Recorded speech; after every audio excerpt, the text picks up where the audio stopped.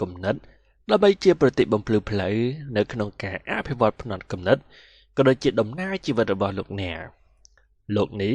មានយុត្តិធម៌ណាស់នៅពេលដែលផ្ដល់អ្វីមួយដល់អ្នកហើយត្រូវទៅយកអ្វីមួយត្រឡប់ទៅវិញលំដាប់នៃភាពជោគជ័យដែលយើងទទួលបានវាអាស្រ័យទៅលើលំដាប់នៃភាពលំបាកដែលយើងធ្វើសត្វត្រជាកម្មមួយមិនអាចធ្វើឲ្យទៅជានីតិខរដូវបានឡើយស្រាល្អពុំចាំបាច់លើកយីហោឃោសនានោះទេដុំថ្មរមៀលមិនកាន់ស្លែបានឡើយនៅស្ងៀមមានន័យថាយល់ព្រមប្រសិនបើយើងមិនចង់ទៅជាជនរងគ្រោះដោយសារតែកំហឹងសូមកុំបញ្ចុកបញ្ស៊ីទម្លាប់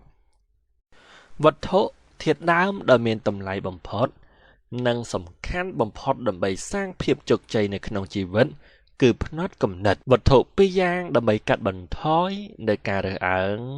គឺការអប់រំនិងសំណើចវត្ថុមានជីវិតនិងវត្ថុមានបេះដូងគឺមិនដូចគ្នានោះឡើយវត្ថុសំខាន់នៅលើលោកសិតតែកើតពីមនុស្សដែលនៅតែបន្តធ្វើវានៅពេលណាដែលវាហាក់ដូចជាគ្មានសង្ឃឹមថាអាចធ្វើបានតតែសោះ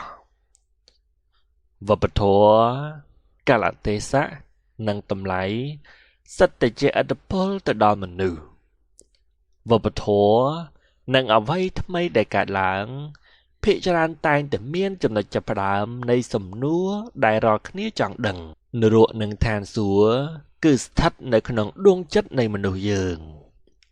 ចិត្តមនុស្សប្រៀបបានទៅនឹងកូនសេះគ្មានបង្ហាមិនត្រូវបណ្ដោយឲ្យរវើរវាយនោះឡើយនៅក្នុងចំណោមមនុស្សល្ងង់អ្នកចេះតិចតួចអាចធ្វើអ្នកប្រាជ្ញបានឆ្កែមួយព្រុសផ្ដេសផ្ដាស់ហើយឆ្កែ100ក្បាលទៀតក៏ព្រុសផ្ដេសផ្ដាស់ប្រាក់ជាមិត្តបម្រើដ៏ល្អប៉ុន្តែជាចវាយនាយដ៏អាក្រក់នៅពេលវត្ថុត្រូវការចាំបាច់របស់អ្នកបានគ្រប់ហើយនោះលុយជំរុញឲ្យមានសុភមង្គលបាននោះក៏លុះត្រាតែអ្នកមានច្រើនជាងមិត្តភ័ក្តិរបស់អ្នកមានច្រើនជាងអ្នកជិតខាងឬច្រើនជាងសហការីរបស់អ្នកត្រូវចាំថាមនុស្សលោកគឺជាចំណែកនៃធម្មជាតិកាលណាបើយើងប្រើធម្មជាតិដោយកតេយើងចំណេញកាលណាបើយើងរំលោភបំពានធម្មជាតិនៅក្នុងការជាទីបំផុតយើងបំផ្លាញខ្លួនឯងមានអ្វីគ្រប់គ្រាន់នៅក្នុងโลกនេះសម្រាប់មនុស្សគ្រប់គ្នាប៉ុន្តែវាមិនគ្រប់គ្រាន់សម្រាប់ការលុបលុនរបស់បុគ្គលម្នាក់នោះឡើយវាពិតជារឿងដែលគួរឲ្យសោកស្ដាយមែនទែនបើរបស់ល្អវាស្ថិតនៅត្រឹមតែជាគំនិតវាគ្មានប្រយោជន៍ដែលព្យាយាមស្វែងរកភាពជោគជ័យនឹងអ្វីដែលមិនជាខ្លួនអ្នកវាគ្មានប្រយោជន៍ទេដែលអ្នកព្យាយាមធ្វើឲ្យល្អបំផុតនៅក្នុងអ្វីដែលអ្នកមិនអាចធ្វើល្អបំផុតវាជាការខ្ជះខ្ជាយពេលវេលាដើម្បីភ័យខ្លាចនៅអ្វីដែលអ្នកមិនអាចជៀសផុតបានវាជាការធុញទ្រាន់មួយដែលប្រគល់ក្តីស្រឡាញ់ឲ្យទៅមនុស្សដែលមិនស្គាល់ពីក្តីស្រឡាញ់វាជាការប្រសើរបើអ្នកមិនគេចវេះនៅពេលដែលមានចំណែកនៅក្នុងកំហុសវាជារឿងល្អនៅក្នុងការអបអរទៅលើភាពជោគជ័យតែកាន់តែសំខាន់នោះគឺត្រូវយកចិត្តទុកដាក់ទៅលើភាពបរាជ័យវាជាការយល់ច្រឡំដែលគិតថាការធ្វើខ្លួនជាមនុស្សកើតទុកធ្វើឲ្យអ្នកដទៃអាណិតអាសូរវាជារឿងកំប្លែងមួយដែលមនុស្សយើងមិនស្គាល់កាលពីឆ្នាំមុនខ្លាចជាមនុស្សដែលមានន័យបំផុតសម្រាប់អ្នកតែវាគឺជារឿងអាក្រក់បំផុតដែលមនុស្សដែលមានន័យបំផុតសម្រាប់អ្នកកាលពីឆ្នាំមុនខ្លាយទៅជាមនុស្សដែលមិនស្គាល់គ្នាវាគឺជារឿងដ៏អស្ចារ្យដែលអ្នកអាចធ្វើបាននៅក្នុងរយៈពេល1ឆ្នាំវាគឺជារឿងដែលគួរឲ្យស្ដាយបើយើងឈប់អភិវឌ្ឍខ្លួនឯងនៅក្នុងពេលដែលយើងអាចធ្វើបានច្រើនជាងនេះហើយល្អជាងនេះវាមិនសំខាន់ទៅលើគំនិតទេតែសំខាន់នៅលើថាតើត្រូវធ្វើយ៉ាងណាឲ្យគំនិតនោះកើតឡើងវាលព្រៃរបស់ប្រសើរជាងវាលខ្សាច់ធ្វើជាមិត្តជាមួយមនុស្សទាំងអស់គឺគ្មានមិត្ត ជាមួយអ្នកណាទាំងអស់អ្នកណាគិតពីខ្លួនពេកគ្មានមិត្តភក្តិទេមិត្តភាពយូរឆ្នាំមិនខ្លាចច្រេះស៊ីមនុស្សពូកែពុំចាំបាច់ប្រើអាវុធល្អទេការប្រុងប្រយ័ត្នគឺជាមាតានៃសេចក្តីសុខការរិះគន់ជាការងាយតែសិល្បៈរិះគន់គឺជាការលំបាកអ្នកណាស្ដាប់ជួងតែមួយគឺស្ដាប់សំឡេងតែមួយអ្នកណាចង់បានសន្តិភាពត្រូវរៀបចំធ្វើសង្គ្រាមចង់ក្រវាងាយចង់មានវាពិបាកការទៀងទាត់គឺជាសេចក្តីគួរសមរបស់ស្ដេចព្រោះស្ដេចមិនសូវទៀងទាត់វិទ្យាសាស្ត្រកាន់តែជឿនលឿនទុកសោកកាន់តែខ្លាំងវិធីងាយបំផុតនៅក្នុងការកសាងជំនឿចិត្ត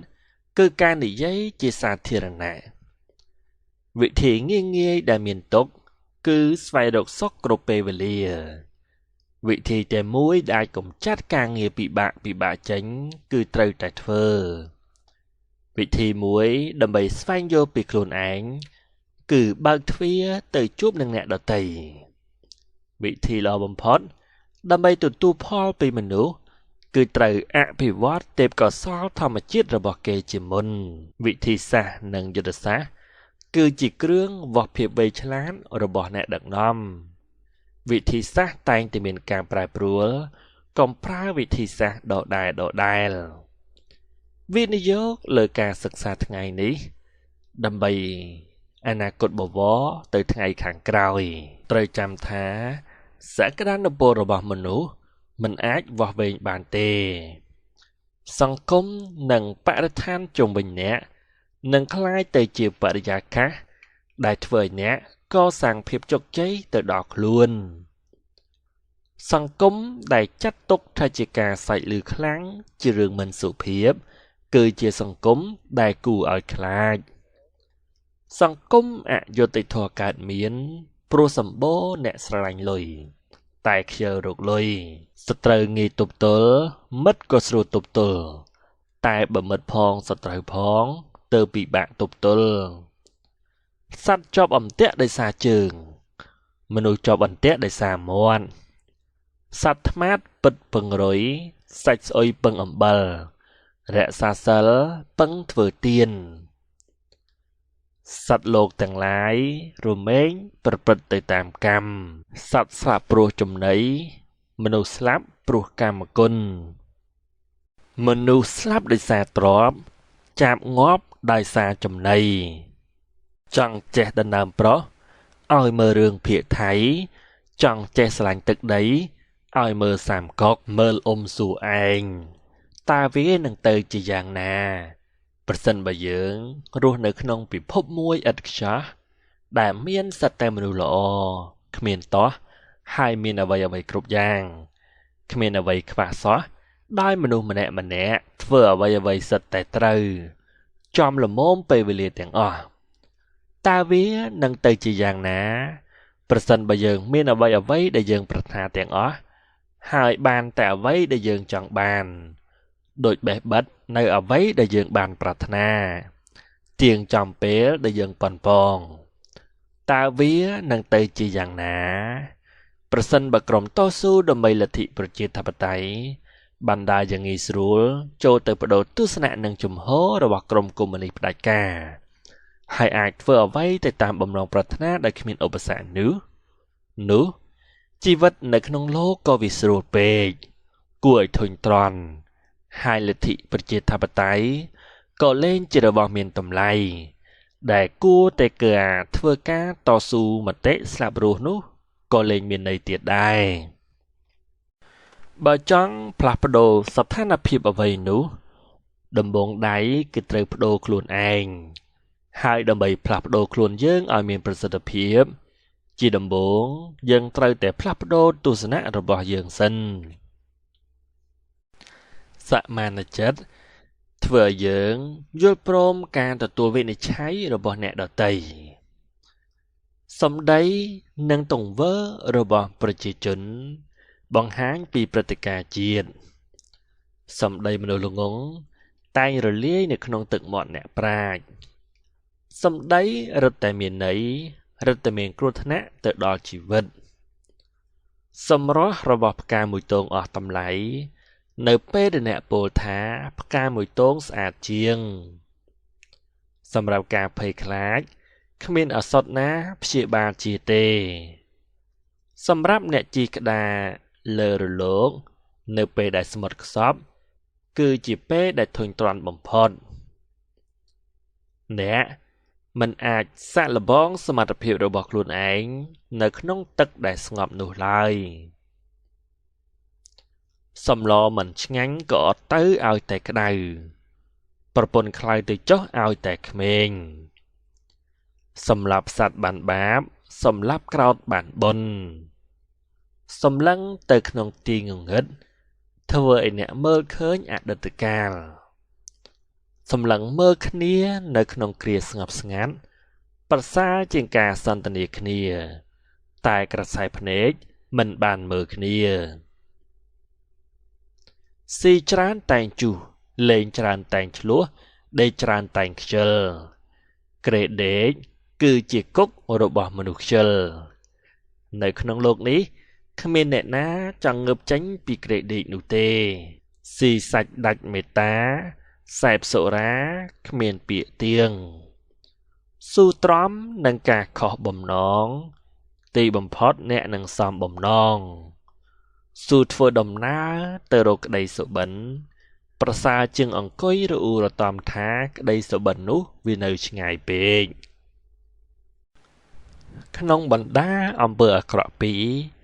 ត្រូវជ្រើសរើសយកមួយណាដែលស្រាលជាងគេសេចក្តីត្រូវការវាគ្មានច្បាប់ទម្លាប់ឡើយកងទ័ពក្តាន់រមាំងដែលមានខ្លាជាមេដឹកនាំខ្លាំងពូកែជាងកងទ័ពខ្លា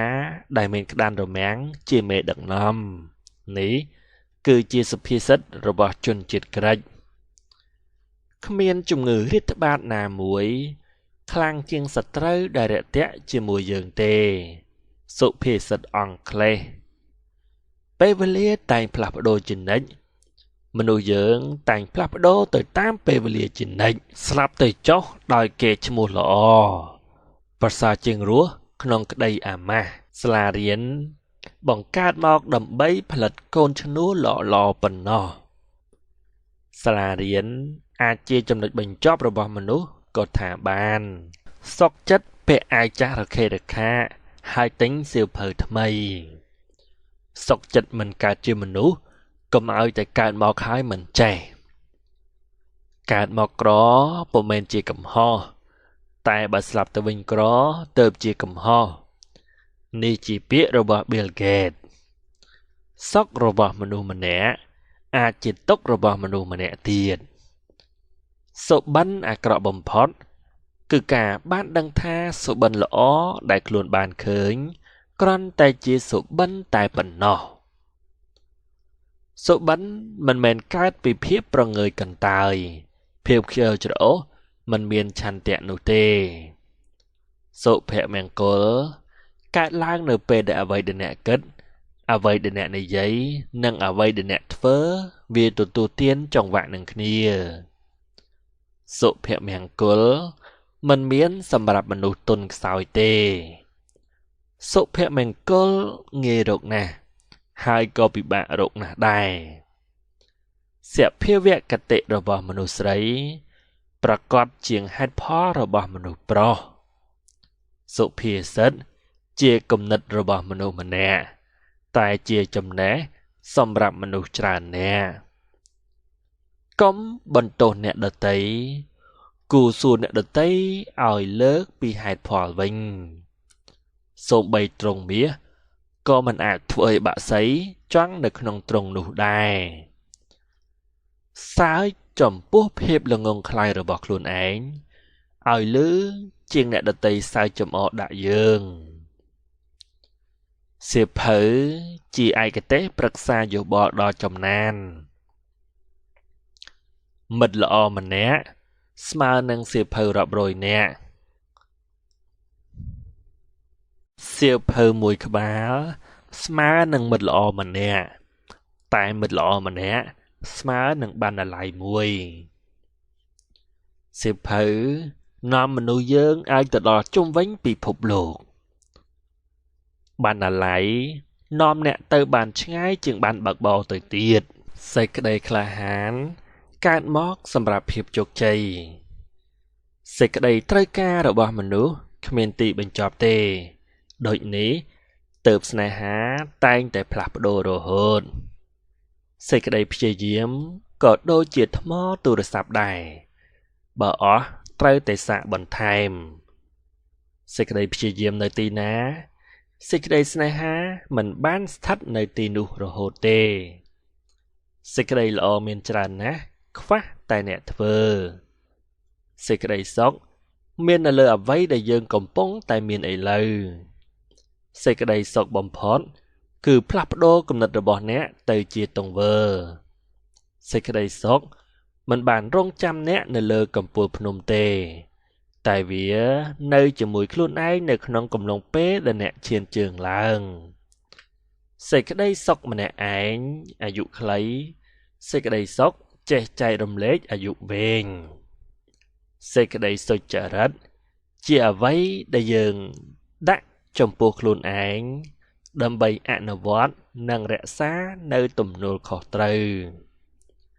សេចក្តីស្នេហាធ្វើឲ្យយើងមើលរំលងនៅសេចក្តីស្ងប់សេចក្តីស្ងប់ធ្វើឲ្យយើងមើលរំលងសេចក្តីស្នេហាសេចក្តីស្នេហាមានពិតតែមិនគង់វង្សរហូតទេសេចក្តីស្រឡាញ់ជាគុណធម៌ដ៏ធំធេងតែអ្នកក៏មិនអាចគិតពីអ្នកដទៃគ្រប់ពេលដែរសេចក្តីស្រឡាញ់ធ្វើឲ្យមនុស្សកាន់តែស្រឡាញ់សេចក្តីស្រឡាញ់មិនមែនជាការតថ្លៃទេវាគឺជាការបំពេញបន្ថែមនៅពេលដែលយើងឃើញមនុស្សដែលមានចរិតផ្ទុយពីយើងគួរតែមើលខ្លួនឯងហើយពិនិត្យមើលខ្លួនឯងឡើងវិញមនុស្សគ្មានហេតុផលគឺអ្នកដែលមិនផ្លាស់ប្ដូរបើអ្នកចង់ធ្វើពិភពលោកឲ្យកាន់តែល្អប្រសើរសម្លឹងមកខ្លួនអ្នកហើយកែអ្វីមួយធ្វើអ្វីដែលអ្នកអាចធ្វើបានដោយអ្វីដែលអ្នកមាននៅទីកន្លែងដែលអ្នកនៅ Do what you can with what you have where you are Theodore Roosevelt អតីតប្រធានាធិបតីរបស់អាមេរិកក្តីស្រឡាញ់មិនមែនជាការរត់ចូលទីផ្ដាច់ព្រាត់ទេតែជាការរត់ទៅរកផ្លូវដ៏វែងឆ្ងាយជាមួយគ្នាសេចក្តីស្លាប់ចូលមកគៀកគ្រប់ជំហានសេចក្តីស្លាប់គឺជាការបញ្ចប់គ្រប់យ៉ាងសេចក្តីស្លាប់គឺជាការស្មើភាពគ្នានៃមនុស្សសេចក្តីស្លាប់ជាសន្តិភាពរបស់មនុស្សសោភ័ណភាពមាននៅក្នុងភ្នែកអ្នកដែលស្រឡាញ់វាប៉ុណ្ណោះស្គាល់គេស្គាល់ខ្លួនឯងប្រកួត100ដងឈ្នះទាំង100ដងមិនស្គាល់គេតែស្គាល់ខ្លួនឯងឈ្នះម្ដងចាញ់ម្ដងមិនស្គាល់គេមិនស្គាល់ខ្លួនឯងច្បាំង100ដងចាញ់ទាំង100ដងស្គាល់មនុស្សច្រើនពិតតែស្គាល់ចិត្តមានតិចណាស់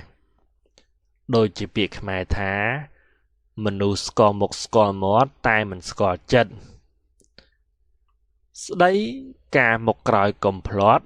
កុំអាងមានមាត់ចេះតែថាស្នាដៃធំធំអាចសម្រេចឡើងមិនមែនដោយសារកម្លាំងទេ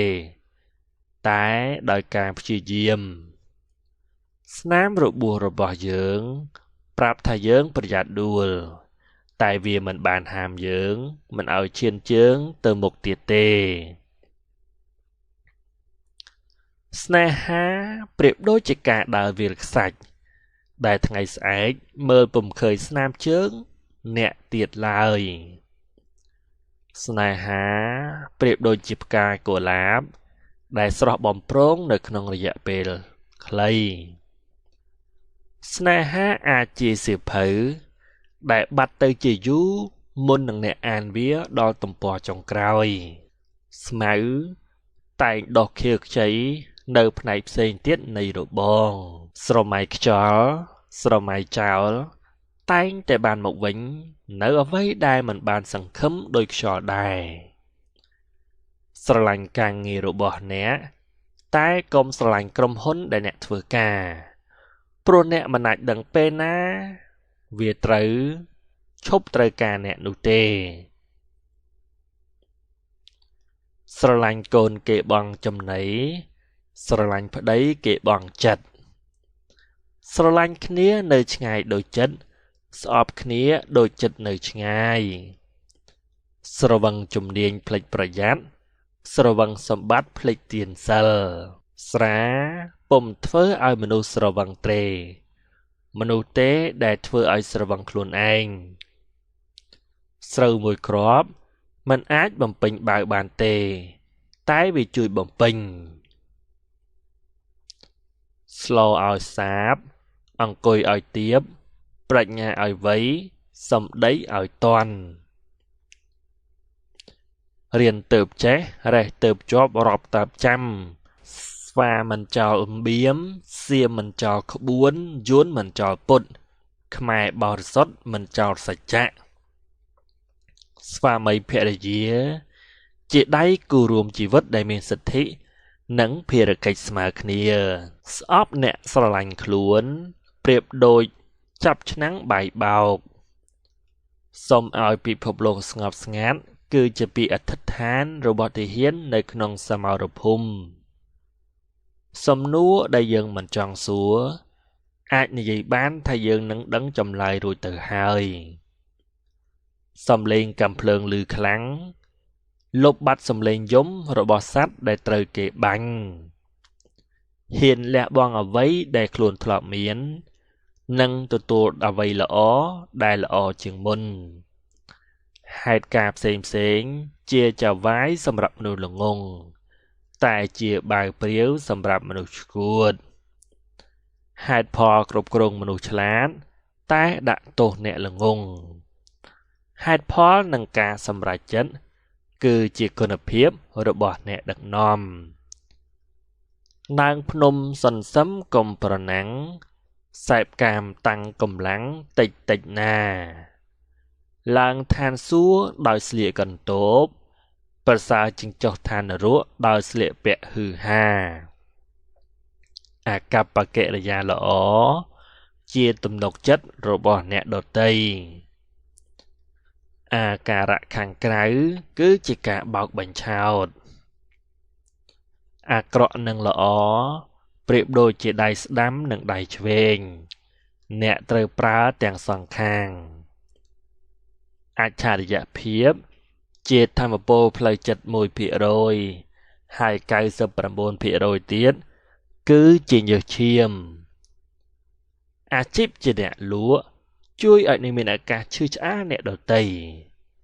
អំណាចក្រដែលបាក់បែកឆាប់រលាយណាស់អណ្ដាតដែលបង្កើតនៅសេចក្តីសុខជាអណ្ដាតដែលក្រឡោះហើយមានការសាទរអណ្ដាតមនុស្សមិនមែនជាដៃទេតែមុតជាងផ្លែកំបិតទៅទៀតពិភពលោកជារបស់អ្នកហ៊ាន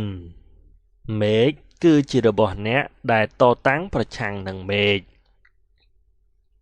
អ្នកដែលពិនិត្យខ្យល់មិនបានសាបព្រោះតតែសោះអ្នកដែលសួរពពកមិនបានផលច្រូតកាត់សោះឡើយកុំយកដុំថ្មទៅកោទុកពេញផ្ទះអ្នកប្រសើរជាងឲ្យជនបរទេសម្នាក់ស្នាក់នៅសុភាសិតឥណ្ឌាកំហុសអាក្រក់ដែលសាហាវបំផុតគឺការមិនស្គាល់កំហុសនោះឯងអត់ធន់ចំពោះការមើលងាយធ្វើឲ្យចិត្តមានកម្លាំងអនាគតគឺជារបស់ដែលជឿលើការស្រមៃខ្លួនឯងប៉ុណ្ណោះអនាគតមានទំនាក់ទំនងផ្ទាល់នឹងអ្វីដែលយើងរំពឹងទុកអនាគតកុមារផ្អែកលើម្ដាយច្រើនជាងឪពុកអនាគត ពឹងផ្អែកលើចំណេះដឹងនិងចំណេះធ្វើអោបណែនពេកមិនមែនជាក្តីស្រឡាញ់ទេឧបសគ្គជាអ្វីដែលអ្នកមើលឃើញនៅពេលដែលអ្នកលេងគិតពីគោលដៅរបស់អ្នកឧបសគ្គនៃភាពជោគជ័យមិននៅលើភាពលំបាកឬភាពធំធេងនៃភាពជោគជ័យទេ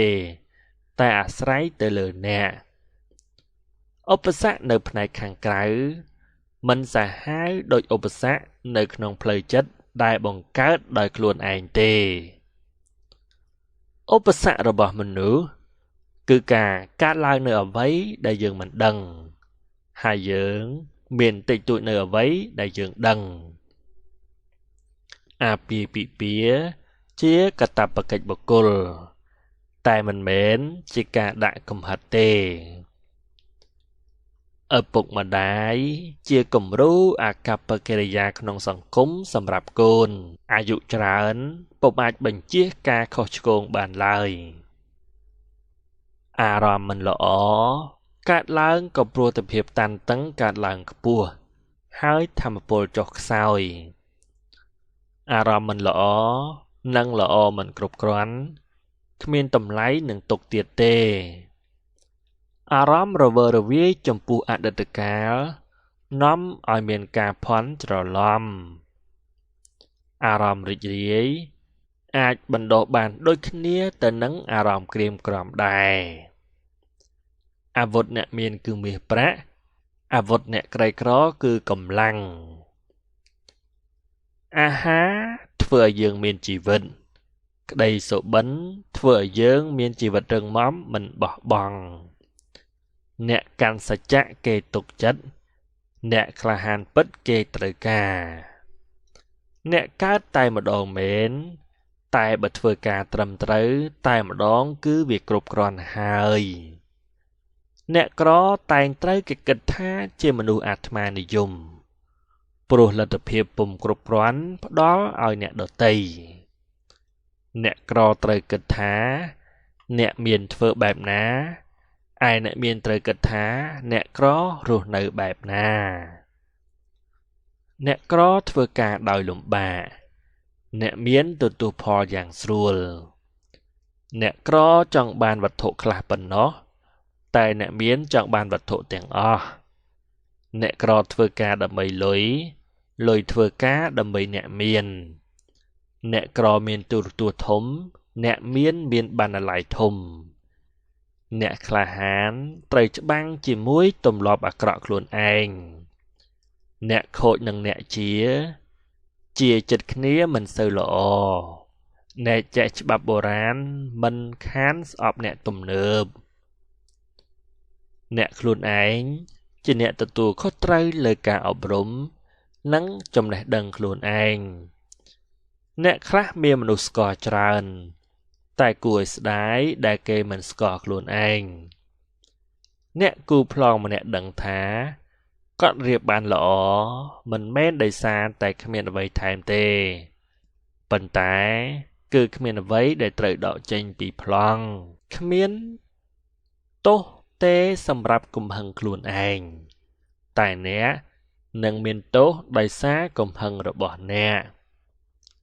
កគ្មានមធ្យោបាយអ្វីសម្រាប់រឿងអតីតកាលនិងអនាគតកាលទេអាល់ប៊ុមគំនិតសម្រង់សម្ដីមាសរបស់អ្នកប្រាជ្ញនៅក្នុងលោកភាគទី6ក៏សន្មតថាបញ្ចប់តែត្រឹមនេះសិនអានដោយ YouTube Channel ពេជ្រម៉ូនីកាសូមអរគុណចំពោះភក្ដីភាពរបស់លោកអ្នកដែលតែងតែគាំទ្រនៅការអាននេះលោកអ្នកក៏អាច sponsor មកកាន់ការអានតាមរយៈគណនីដែលបានដាក់ជូននៅក្នុងវីដេអូ description សូមអរគុណយើងនឹងជួបគ្នានៅរឿងខាងក្រោយជាបន្តមកទៀត